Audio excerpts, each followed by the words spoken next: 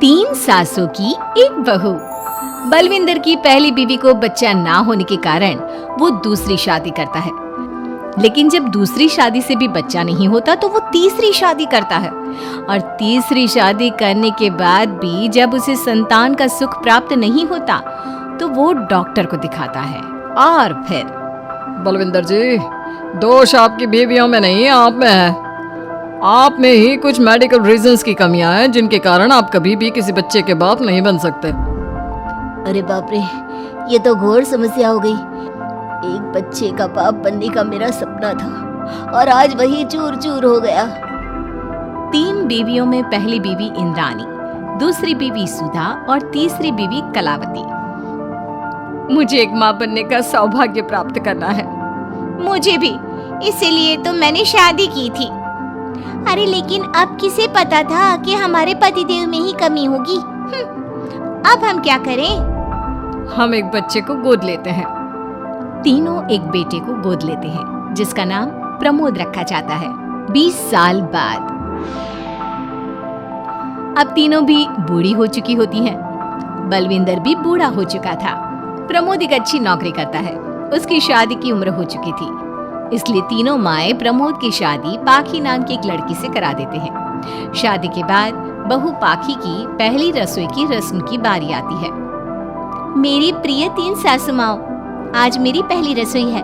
बताइए क्या बनाऊं? क्या पसंद है आप तीनों को? बहू तू ना कढ़ाई पनीर, सूजी का हलवा और पुदीने की चटनी बना दे। अरे नहीं नहीं, ये क्या पसंद है? अरे पाखी बहू, तू छोले भटूरे, सरसों दा साग और मक्के दी रोटी बना और पंजाबी लस्सी भी बना दे। ओफो, सच में मेरी सौतनो, खाने के मामले में तुम्हारा टेस्ट और चॉइस दोनों भी बकवास है। बहू, नॉर्मल सिंपल सात्विक भोजन बना दो और हलवा पूड़ी खीर का भोग चढ़ा दो भगवान को मंदिर में। अरे कैसे तुम दोनों अपनी मनमानी कर रही हो? मैं तुम दोनों से पहले आई थी बलविंदर जी के जीवन में, और तुम दोनों से उम्र में भी मैं बड़ी हूँ। इसका मतलब मैं पाखी बहू की बड़ी सास हुई? नहीं, उम्र बस एक अंक होती है। मैंने सबसे ज्यादा देखभाल की है प्रमोद की, इसलिए मैं एक सास होने का ज्यादा हक रखती हूँ। पाखी बहू, तुझे मेरी बात माननी होगी। नहीं, तू मेरी बात मानेगी। जो मैंने कहा है वही तू करेगी। नहीं, मेरी बात मानेगी वो। नहीं मेरी। तीनों सास आपस में चिल्लाने लगती है और फिर वहाँ पर बलविंदर और प्रमोद आ जाते हैं। अरे ये क्या बिल्लियों की तरह लड़ रही हो तुम तीनों सास? पाखी बहू को घर में आए पूरे 24 घंटे भी नहीं बीते हैं। बाकी तुम एक काम करो, तीनों माओं की कही गई डिशेस में से हर एक की 50-50% डिशेस बना दो। लेकिन बस, अब प्रमोद ने कह दिया सो कह दिया। तुम तीनों अब झगड़ना और बहस करना बंद कर दो। पाखी तीनों सासों की कही गई आधी आधी डिशेस बनाती है और इस तरह अपनी पहली रसोई की रस्म पूरी करती है, जिसके बाद उसकी तीनों सास उसे शगुन और नेक देती हैं। फिर एक दिन, अरे पाखी बहू, तुमने अपना सारा काम निपटा लिया है ना? तो जरा यहाँ आना। मेरे ना घुटनों की मांसपेशियों में बड़ा दर्द हो रहा है। जरा तेल या बाम से मालिश तो कर दे बेटा। तभी वहाँ पर इंद्राणी और कलावती भी आते हैं। पाखी बहू, चलो मेरे साथ बाजार। मुझे ना नई साड़ियाँ खरीदने हैं। तुम्हारी फैशन सेंस बहुत अच्छी है ना, इसलिए मैं चाहती हूँ कि तुम मेरे साथ चलो। अरे पर मैं यहाँ पे पहले आई, तुम्हारे साथ ही सही, लेकिन मेरी स्पीड सबसे तेज थी। पाखी बहू, मेरे कमरे की अलमारी और पर्दे साफ कर दो ना, बहुत धूल जम गई है। मुझे खांसी भी आ रही है। अरे ऐसे कैसे तुम दोनों मेरी बहू को अपने साथ ले जा सकती हो? सबसे पहले मैंने बहू को कहा है कि वो मेरे घुटनों की मालिश कर दे। अब जाओ, 1 घंटे के बाद अपनी ये फीकी शक्लें लेकर फिर से आना। सुधा मैडम, ज्यादा ना बोलो। पाखी बहू को तुम दोनों से ज्यादा नेक दिया है मैंने, इसलिए पाखी बहू तो मेरा ही काम करेगी। और वैसे भी ये सुशील सर्वगुण संपन्न बहू अपनी इस बेचारी बूढ़ी सास को खांसते हुए कैसे देख सकती है? क्यों पाखी बहू?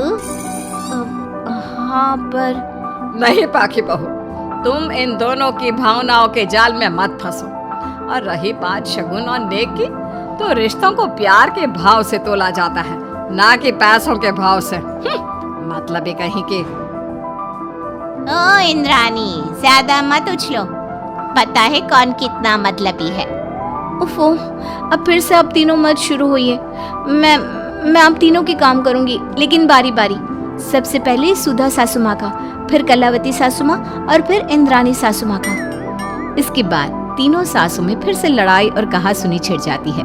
फिर एक दिन जब पाखी घर का किराने का सामान लेने बाहर निकल रही होती है कि तभी, बहू, मुझे ना मेरा पुराना संदूक नहीं मिल रहा, तू आकर ढूंढ देगी क्या?